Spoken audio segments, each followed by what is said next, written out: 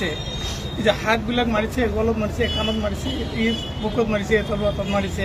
মোক মাৰি পেলাই বস্তাত ভৰাই পেলাই পেলাই দিব আৰু কয় মাৰি ফেলাও এই বাঙালক ৰাখি লাভ নাই, মাৰি ফেলাও। হৰিপ্ৰসাদে কয়, সঞ্জীৱ নাথে কয় মাৰি ফেলাও। মই ভৰিত ধৰিছোঁ, তথাপিও মোক মানে না, মোক লেঠাই মাৰি ৰাস্তা লৈ গৈছে আৰু কৈছে মাৰি ফেলাই দি ইয়াক ৰাখিব নালাগে। যা তুই ক'ত DC SP ৰিপৰ্ট কৰে না কেছ কৰে, কি কৰে কৰি থাক, ইয়াৰ পৰা যা। কি বুলি মাৰিছ? কয় তই আমাৰ ঘৰৰ কি গোপন কথা জানে, গোপন কথা প্ৰকাশ কৰিব। সিহঁতৰ ঘৰত CC কেমেৰা আছে চাৰিওফালে। ক'ত সিহঁতৰ মানে কাৰ ঘৰ? এই অৰূপ কুমাৰৰ ঘৰৰ চাৰিওফালে CC কেমেৰা আছে। সিহঁতে কোনে কি কৰে নকৰে মই নাজানো। মোৰ ডিউটি আছিল, মোক কি কৈছিল মই একো নাজানো। সিহঁতে ঘৰৰ মানুহ বুদ্ধি পৰামৰ্শ কৰি মোক মাৰিছে। মানে কোনে? এতিয়া মইতো টুকুৰিত আছিলোঁ, সিহঁতৰ ঘৰৰ সবেই মিলি আলোচনা কৰি আহিছে মোক মাৰাৰ কাৰণে। অৰূপ কুমাৰ ছাৰৰ PSO আৰ সঞ্জীৱ নাথ, অৰূপ কুমাৰ ছাৰৰ ড্ৰাইভাৰ, এই দুইজনে মোক খুব মাৰিছে আৰু বস্তা লৈছে, কৈছে বস্তাত ভৰাই তোক মাৰি পুতি থ, এনেকুৱা কয়। আপুনি কি হিচাপত কাম কৰি আছে? মই হোমগাৰ্ড হিচাপে সিহঁতৰ ঘৰত হাউচগাৰ্ড ডিউটি কৰি আছোঁ। আৰু হৰিপ্ৰসাদ নায়ক অৰূপ ছাৰৰ PSO, সঞ্জীৱ নাথ অৰূপ ছাৰৰ ড্ৰাইভাৰ। কিমান বছৰ ধৰি আপুনি আছে? মই ইহঁতৰ ঘৰত 2 বছৰ ধৰি ডিউটি কৰিছোঁ। ইমান দিন মোক বহুত বেয়া ব্যৱহাৰ দেখা নাই, কিন্তু ভিতৰে কি হিংসা কৰিছে মই এইটো নাজানো। কালি কেতিয়া? কালি ৰাতি 1টা বজাত মই FIR দিছোঁ। পিছত আমাৰ সংগঠনৰ মানুহবিলাক আহিছে, আহি মোক লৈ যাই মেডিকেল কৰি কোকৰাঝাৰ থানাত FIR দিছে। অৰূপদেৱ জনাইছোঁ। অৰূপদেৱ মোক ধমক দি খেদাই যায়, যা DC কমপ্লেইন কৰিবি না কেছ কৰিবি, ঘৰ কৰি থাক, মোৰ ইয়াত এইবিলাক নাটক দেখাই লাভ নাই, এৰকম কৰি পায়। তাৰপিছত মই কি সিহঁতে পাত্তা নাপালো, মই ক'ত যাওঁ ইমান ৰাতি। মই যেনে তেনে ৰাতিটা থাকিলোঁ, থাকি আমাৰ সংগঠনক ফোন কৰিলোঁ, আমাৰ প্ৰেচিডেণ্ট ছেক্ৰেটাৰীক। সিহঁতে আহি মোক মেডিকেল কৰাই FIR দিছে কোকৰাঝাৰ থানাত। কি কৰোঁ, মইতো মৰি যাম। মোৰ 3টা ল'ৰা, একটা আছে হোষ্টেলত, একটা ল'ৰা যে কলেজ পঢ়ি যিটো আহিছে, আৰু একটা সৰু আছে। মই যদি মৰি যাম, মই কোনে মানুষ কৰিব? মানে আপুনি কি আহ্বান জনাব চৰকাৰক, প্ৰশাসনক? যেটো ন্যায্য বিচাৰ সেইটো লাগে মোক, যেটো ন্যায় বিচাৰ সেইটো লাগে। অৰূপ ছাৰ ই নিজে কিয় মোক মাৰাব? মই মুছলিম দেখি মোক কোৱা যে মই গুচি যাম। অৰূপ কুমাৰে কৈছে নেকি? অৰূপ কুমাৰ যদি মোক কয় মুছলিম মানুহ মই নাৰাখোঁ, তই গুচি যা, তাহলে মই গুচি আহোঁ। মোক কিয় মাৰিব লাগে? মই কৈছোঁ মোক কিয় মাৰিছে আপুনি? ইহঁতে কথা মাৰিব নাপালে PSO কিয় মাৰিব? আপোনাৰ ঘৰৰ মুছলিমক লৈ কিবা কথা কৈছে? কথা কৈছে মোক। কি বুলি কৈছে? কৈছে বাঙালক মাৰ, এই মুছলিমক ৰাখিব নালাগে, মাৰি বস্তাত ভৰাও, এৰকম কয়।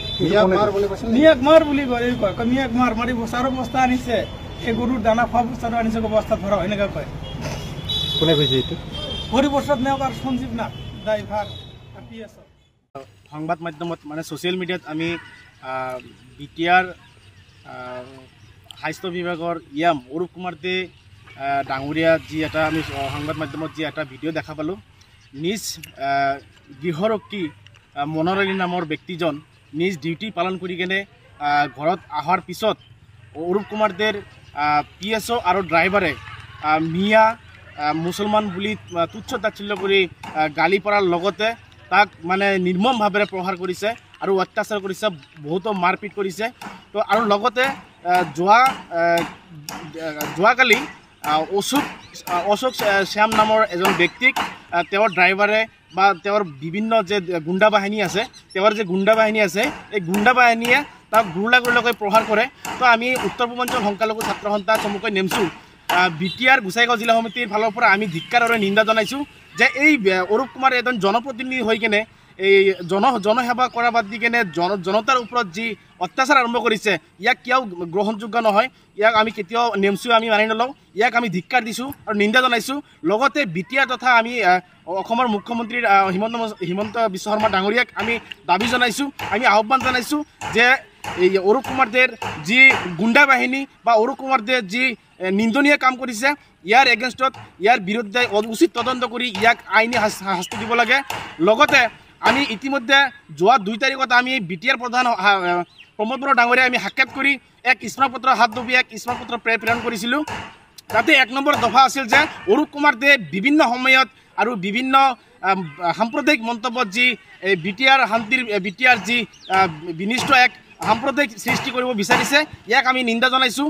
আৰু এই প্ৰমোদ বড়ো ডাঙৰীয়াক আমি স্মৰণপত্ৰ দিয়াৰ পিছতো ই কেনেকৈ সাহস পালে যে ইমান ডাঙৰ এটা সাহস পালে যে এক মানে সাধাৰণ জনসাধাৰণক কেনেকৈ গুলাগুলকৈ মাৰিব, ইয়াক আমি কেতিয়াও সহ্য নকৰোঁ, ইয়াক আমি ধিক্কাৰ আৰু নিন্দা জনাইছোঁ।